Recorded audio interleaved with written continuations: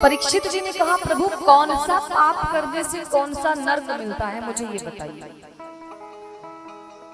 सुखदेव जी ने कहा, परीक्षित अब सावधान हो जाओ। क्यों? क्योंकि हम अनेकों पाप करते हैं अपने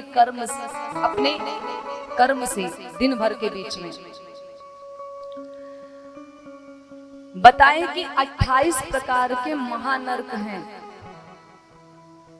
संयमनीपुरी में 28 प्रकार के महानर्क बनाए गए। ये महानर्क हैं, अभी और भी नर्क हैं इसके अलावा। कहते हैं छोटी चीजों की गिनती बाद में होती है और बड़ी की पहले। 28 प्रकार के महानर्क। पहला तमिस्र नर्क, दूसरा कुंभिपाक नर्क, तीसरा हम लोग कहते हैं अरे जा तुझको रो नर्क होगा। कहते हैं ना, जब क्रोधित होते हैं किसी के ऊपर, किसी ने हमें गलत कह दिया, किसी ने कुछ गलत सुना दिया, कुछ कर दिया, तो हम क्रोध में कहते हैं अरे जा भाई तुझको रो नर्क होगा। तीसरा है रो नर्क। चौथा है महारो नर्क। पांचवा बैतरणी। हम आप कहते हैं ना भाई गौदान कर दो, गौ मैया की पूंछ पकड़ के बैतरणी पार हो जाएंगे। ये बैतरणी नदी बड़ी भयानक होती है। यमराज की नगरी में 28 प्रकार के नर्क हैं। तो बताया कि ये जो तमिस्र नर्क है, इस नर्क में कौन कौन से पापी जाते हैं।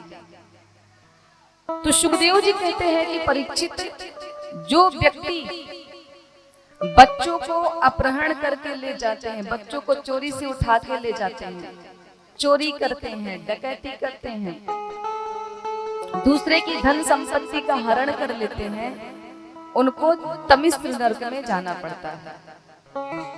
उनको तमिस्र नर्क में जाना पड़ता है। अब इस नर्क में होता क्या है, तमिस्र नर्क कैसा होता है। अब तमिस्र नर्क का दर्शन कीजिए। तांबा आप लोग जानते हैं, तांबा धातु होती है। तांबे की भांति इस नर्क की भूमि है, और इस नर्क की भूमि को आग में जला करके, आग में तपा करके लाल कर दी जाती है। और जो इस प्रकार के कर्म किए रहते हैं, चोरी डकैती, बच्चों का अपहरण करना, उन सबको इसी नर्क में ले जाके पटक दिया जाता है। अब आग से इसको तपा के लाल कर दिया है। सोचिए जब आप उस पर बैठेंगे, पैर रखेंगे, तो आपकी क्या स्थिति होगी। वर्षों तक इस नर्क में उस पापी को पटक करके भयंकर यातना दी जाती है। ये तो पहला हुआ। दूसरा नर्क वज्रतुंड नर्क। जो लोग ज्यादा क्रोध करते हैं, अकारण क्रोध करते हैं। देखो, क्रोध और गुस्से में फर्क है। गुस्सा क्या होता है, हम आप कहते हैं ना भाई क्रोध गुस्सा एक ही है, नहीं। क्रोध कौन करता है, क्रोध संत महात्मा करते हैं, ऋषि मुनि करते हैं, अच्छे लोग करते हैं। क्रोध से सामने वाले का कल्याण होता है। आप कुछ गलत कर रहे हो, हमने देखा, हमने समझाया, आप नहीं मान रहे हो, हमने सोचा कि हो सकता है हमारे क्रोध से आपकी आदत सुधर जाए, तो हमने आपके ऊपर क्रोध किया, और क्रोध से आपके ऊपर प्रभाव पड़ा, आपकी आदत सुधर गई। तो क्रोध कल्याणकारी होता है, लेकिन हमेशा नहीं। अब आ जाइए, गुस्सा कौन करता है। गुस्सा गृहस्थ करते हैं, घर परिवार वाले। क्रोध करने से सामने वाले का कल्याण होता है। और जब गुस्सा हम आप करते हैं, अब मान लीजिए आपके पति देव को गुस्सा आ गया घर में, है ना, आपके पति देव को गुस्सा आया, तो पति देव क्या करेंगे।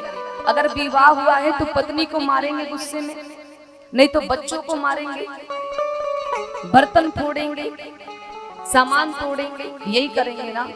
तो गुस्से से कल्याण नहीं होता, और क्रोध से कल्याण होता है। बोले वृंदावन में है लाल। दूसरा नर्क होता है वज्रतुंड नर्क। इस नर्क में जो बहुत ज्यादा गुस्सा करते हैं, उनको ले जाके पटक दिया जाता है। इस नर्क में गीध रहते हैं, गीध जैसे पक्षी यहाँ पे रहते हैं, और जब आपको ले जाकर के पटकते हैं तो वो आपके शरीर को नोच नोच के खाते हैं, और कई हजार वर्षों तक आपको इस यातना को सहना पड़ता है। इसलिए जो लोग अनावश्यक गुस्सा करते हैं ना, आज से गुस्सा करना कम कर दीजिए। अगर आपके गुस्से से किसी का भला हो रहा है तो कीजिए, लेकिन अकारण गुस्सा करना बंद कर दीजिए। इसके बाद बताते हैं कि ये जो कुंभी पाक नर्क होता है ना, जो लोग मांस खाते हैं, मदिरा पीते हैं,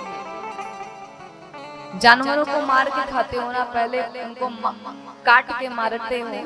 अरे कुछ तो ऐसे भी राक्षस असुर हैं इस पृथ्वी पे कि उनको जिंदा ही श्रीमन नारायण कर लेते हैं, चूल्हे पे रख। मांसाहार करोगे तो माता लक्ष्मी की कृपा नष्ट हो जाएगी।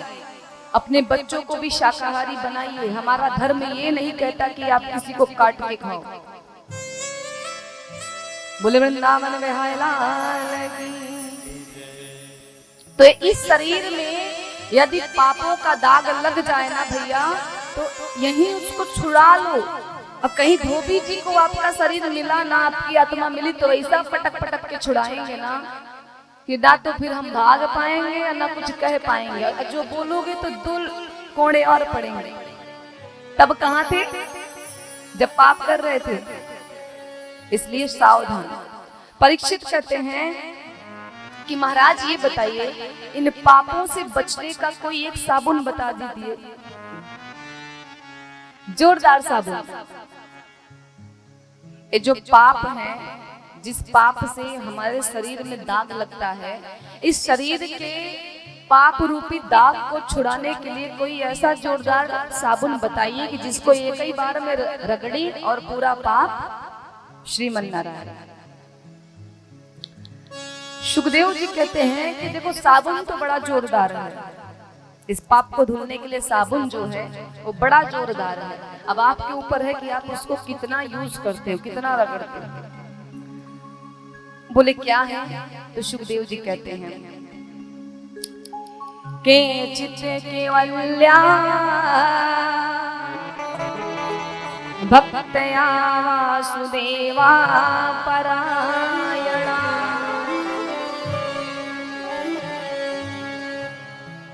केवल गोविंद का नाम लीजिए, ये पाप अपने आप धुल जाएंगे।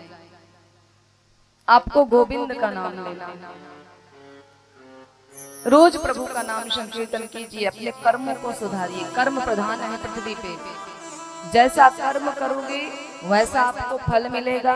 यहाँ की कोर्ट में, यहाँ के जज के सामने, यहाँ की कचहरी में घूस भी चल जाता है, झूठे गवाह भी पेश हो जाते हैं, लेकिन वो जो कोर्ट है, वो जो कचहरी है ना, वहाँ बिल्कुल रियायत नहीं होगी। भगवान ने नियम बनाया, जैसा कर्म करोगे उसका फल तुम्हें जरूर मिलेगा। ये मत सोचो कि हाँ भाई मैंने ये गलत कर्म किया और अब अच्छा कर्म कर लो तो उसकी गिनती प्रभु नहीं करेंगे। प्रभु की जैसी ईमानदारी, उनके जैसी, उनकी जो एक अदालत है, जो कोर्ट है, उसके जैसी ईमानदारी तो कहीं है ही नहीं। चाहे हम हो चाहे आप, जैसा कर्म वैसी सजा। अब आप समझो कि आपको क्या करना है, सुधरना है कि ऐसे ही चलना है।